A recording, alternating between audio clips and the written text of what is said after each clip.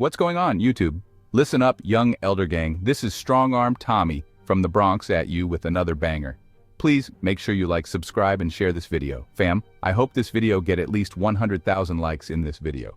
You will find history definitions, scripture information, and, best of all, what we Americans have been deprived of from the beginning. The truth, keep in mind. This content used in this video is intended for entertainment, educational, and informational purposes only. We will give you the total truth as we best understand it today. Be sure to hit that like button, young elder gang. Hit that subscribe button. If you're new to the channel, hit that bell. And don't forget to check back with us every day for new content. A lie can be deadly. Some lies are poison, sparks that ignite wildfires of hate. In the right conditions, a single rumor can destroy homes, towns, and lives. This is the story of those lies, how whispers became mobs, and mobs left black communities in ashes. In America, these tragedies follow a pattern. It often starts with an accusation, a white woman's claim against a black man. Whether a mistake or a deliberate lie, it becomes the excuse for violence that was already waiting to erupt. The lie gives hate a banner to march under. It turns neighbors into monsters, communities into targets. These were not random acts of violence. They were calculated, strategic, tools to enforce a brutal system of power.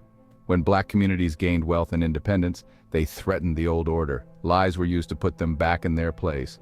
The mobs gathered, fueled by rumor and racism. We'll walk through these stories. Rosewood, wiped off the map. Tulsa, Black Wall Street turned to rubble, and others, all fueled by the same toxic mix. We'll explore the courage of those who endured, and the pain their families still carry. This is not just history, it's a warning. Words can kill. The truth, no matter how painful, must be brought into the light. Lies have been used as weapons. The cost is measured in lives and lost futures. We must understand this history to prevent it from repeating. This is the untold truth of how a lie becomes a weapon. Rosewood, Florida, 1923. A proud black town, thriving and self-sufficient. Families owned homes, land, businesses. There was dignity and community. All of it ended with a single accusation. Fannie Taylor, a white woman in nearby Sumner, claimed a black man assaulted her. No evidence, no proof, just a story. Her husband gathered a mob, hungry for violence, not justice. They seized and murdered Sam Carter, a black man, but their rage only grew. The mob, now hundreds strong, turned on Rosewood. For a week they unleashed hell, hunting black residents, burning homes, churches, businesses. Some residents fought back. Others hid or escaped with help from a few brave allies. Many did not survive. When the fires died, Rosewood was gone, erased from the map. Survivors scattered, forbidden to speak of what happened. No arrests, no justice, the story buried for decades. Official records stayed silent. The massacre was hidden by a lie, then by silence. One woman's false claim gave angry men the excuse to destroy a thriving black community. Rosewood's story is a warning. A single whisper can erase a town. The truth was buried, but the pain endured. Rosewood was not just lost, it was stolen. The lie destroyed more than buildings. It shattered lives and futures. This is the legacy of a weaponized rumor. Before Rosewood, there was Tulsa's Greenwood, Black Wall Street. Prosperous, independent, a symbol of black achievement. In 1921, a rumor destroyed it all. Dick Rowland, a black shoe shiner, was accused of assaulting Sarah Page, a white elevator operator. The truth was unclear, but the accusation was enough. The Tulsa Tribune printed a sensational headline, stoking racial tension. A white mob gathered, demanding Rowland's lynching. Black veterans stood guard at the courthouse, determined to prevent another lynching. Shots were fired. Chaos erupted. City officials deputized and armed the mob, giving them license to attack Greenwood. For 2 days, the mob looted, burned, and killed. Airplanes dropped firebombs. 35 blocks were destroyed. Hundreds of black residents were killed. Thousands left homeless. The dream of Black Wall Street was reduced to ash. Rowland was cleared. Page refused to press charges. But the lie had already done its work. The violence was not about justice, it was about destroying black success. Greenwood's story is a testament to how quickly a rumor can become a massacre. The cost was measured in lives, dreams, and lost generations. The truth was buried beneath the rubble. Rosewood and Tulsa were not isolated tragedies. In 1898, Wilmington, North Carolina, saw a violent coup. Black and white officials overthrown by white supremacists. The excuse? Protecting white women from black men. A white woman, Rebecca Felton, played a significant role in fueling the racial tensions leading to the Wilmington insurrection of 1898. Felton, a prominent white supremacist from Georgia, delivered a speech in which she advocated for lynching black men under the guise of protecting white women from alleged sexual assault. She claimed that white men weren't doing enough to stop the black beast rapist, and argued for violence against black men if necessary to protect white women's dearest possession. In 1906, Atlanta newspapers spread false stories of assaults, sparking 4 days of mob violence. White supremacist newspapers, including the state's most influential paper, reprinted her inflammatory speech, spreading this dangerous message and inciting racial panic. This propaganda campaign was a key element in the broader white supremacist strategy to suppress black political and economic power in Wilmington. Dozens of black people were murdered, businesses destroyed. In 1910, Slocum, Texas, rumors of a black uprising led to a massacre. Hundreds hunted and killed. A white woman caused the Slocum massacre. The massacre was triggered by false accusations of an assault on a white girl. A young white woman named Annie Mae Kilgo claimed there were local rumors of a black uprising and that white men placed women and children in churches and schools to provoke an attack. The Slocum massacre occurred during a period of intense racial discrimination and violence against so-called African Americans in the South. False accusations and rumors of threats to white women were often used to justify violence against black communities. These white women lies served as a pretext or catalyst for white mobs to unleash violence against the black community, driven by deeper issues of racial prejudice, resentment of black economic success, and the desire to maintain white supremacy. In each case, a rumor or accusation was the spark. The violence was organized, meant to destroy black progress and enforce white supremacy. These were not random acts. They were tools of control. The message was clear. Black advancement would not be tolerated. These events are central to understanding America's violent racial history. Lies and rumors were the weapons. Entire communities paid the price. In 1955, a lie killed a child. Emmett Till. 14 visiting Mississippi from Chicago, Emmett entered a store owned by Roy and Carolyn Bryant. Carolyn claimed Emmett flirted and was inappropriate. That was the lie. Days later, Roy Bryant and J.W. Milam kidnapped Emmett, tortured and murdered him. His body was found in the river, unrecognizable except for a ring. Emmett's mother, Mamie Till Mobley, insisted on an open casket funeral. The world saw what hate had done to her son. Photos of Emmett's mutilated body shocked the nation. Despite overwhelming evidence, an all-white jury acquitted the killers. Protected by double jeopardy, they later confessed. Decades later, Carolyn Bryant admitted she lied. Emmett never touched her. Her false claim was a death sentence. Emmett's murder galvanized the civil rights movement. The power of a lie was exposed to the world. Rosewood, Tulsa, Wilmington, Emmett Till, a pattern emerges. The accusation of a white woman against a black man was a trigger, a weapon. In a white supremacist society, her word was unquestioned. The accused was instantly demonized, stripped of humanity and rights. The lie didn't need to be believable, just spoken. Mob violence followed, justified by protection. This was social control. Keep black men in fear, enforce boundaries. Any black man who stood out could become a target. The pattern also destroyed entire communities. One accusation justified mass violence. It eliminated black competition, reasserted white dominance. The lie against one became a warrant against all. This was not just about individuals, it was about erasing black progress. Lies were the pretext, violence was the tool. These lies drew power from deep-rooted American myths. Since slavery, racist stereotypes painted black men as threats, white women as needing protection. The black brute myth was propaganda, dehumanizing, justifying violence. After slavery, this myth fueled segregation, voter suppression, and Klan terror. It was everywhere. Books, movies, sermons, schools. Any hint of a relationship between a black man and a white woman, even false, could trigger deadly violence. The myth confirmed existing prejudice, making lies believable. When women like Fannie Taylor or Carolyn Bryant spoke, they activated a cultural script. White mobs saw themselves as heroes, defending civilization. The lie was the spark. The myth was the fuel. The destruction of Rosewood, Tulsa, and others left scars that lasted generations. Survivors lost homes, businesses, loved ones, forced into silence and poverty. The economic devastation was deliberate, generational wealth stolen.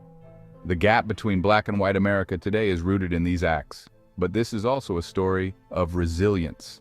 Survivors rebuilt, carried stories in secret, waiting for truth to emerge. Descendants fought for recognition, reparations, and justice. For decades, history was erased, records lost, perpetrators unpunished. By reclaiming the truth, descendants honor their ancestors and demand justice. Their resilience shows that memory and legacy can rise from ashes. The fight for memory is a fight for justice. Even when communities are burned down, their stories endure. The truth cannot be silenced forever. During the Jim Crow era in the American South, a Black man looking at a white woman in a way that was perceived as overly long or sexually suggestive could be interpreted as reckless eyeballing. This perception, in the context of the highly segregated and racially charged Jim Crow society, could be falsely equated to a serious offense like rape, leading to severe consequences, including death, particularly lynching. This illustrates the dangerous implications of racial prejudices and the ways in which societal norms, even without explicit legal basis, could be manipulated to oppress and control certain groups.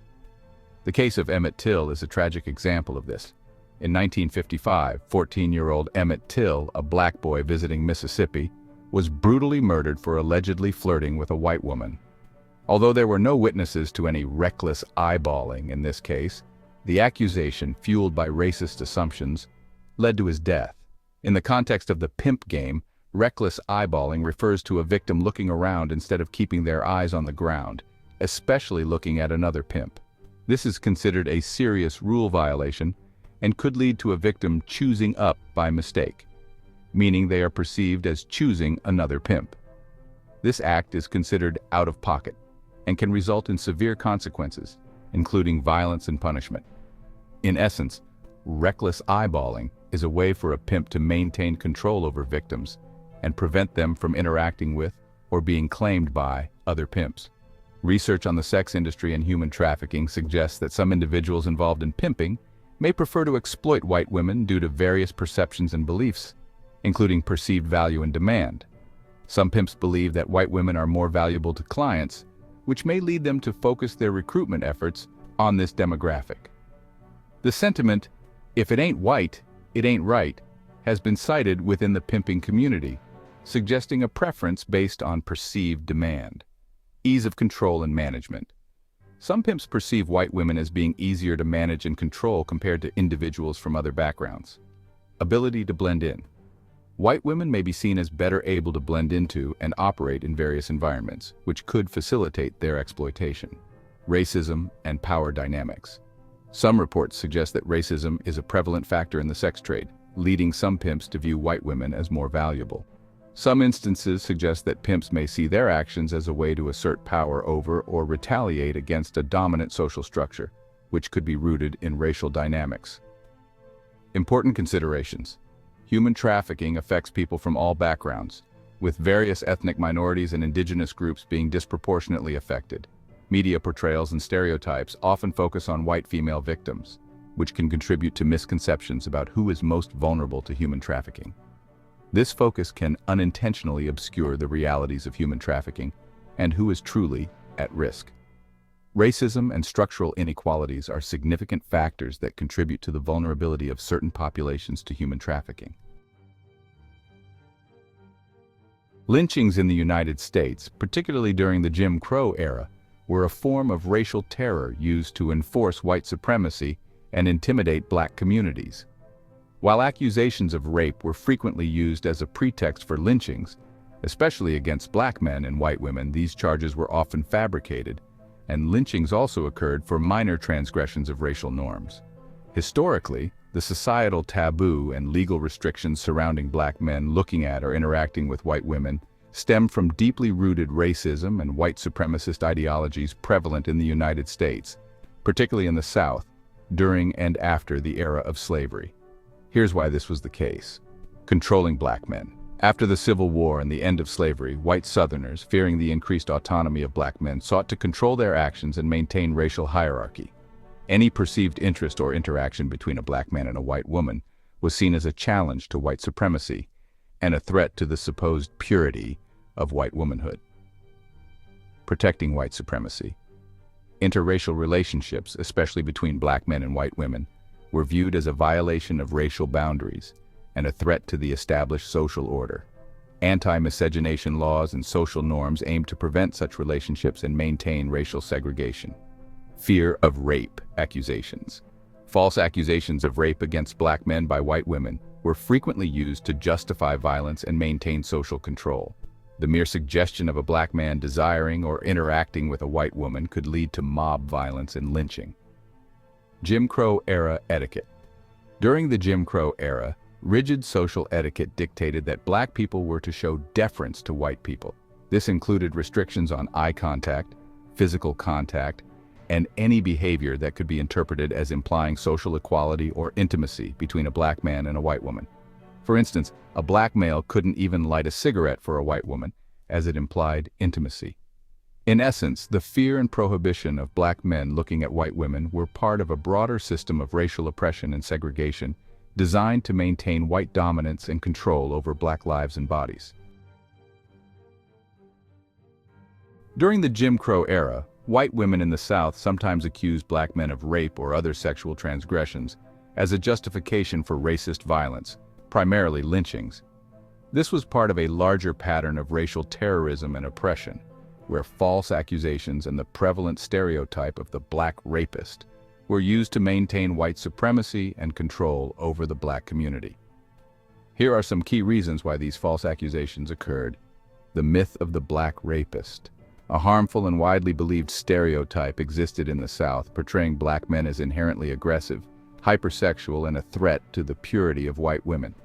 This myth was used to justify the subjugation and violence against black men, maintaining white supremacy.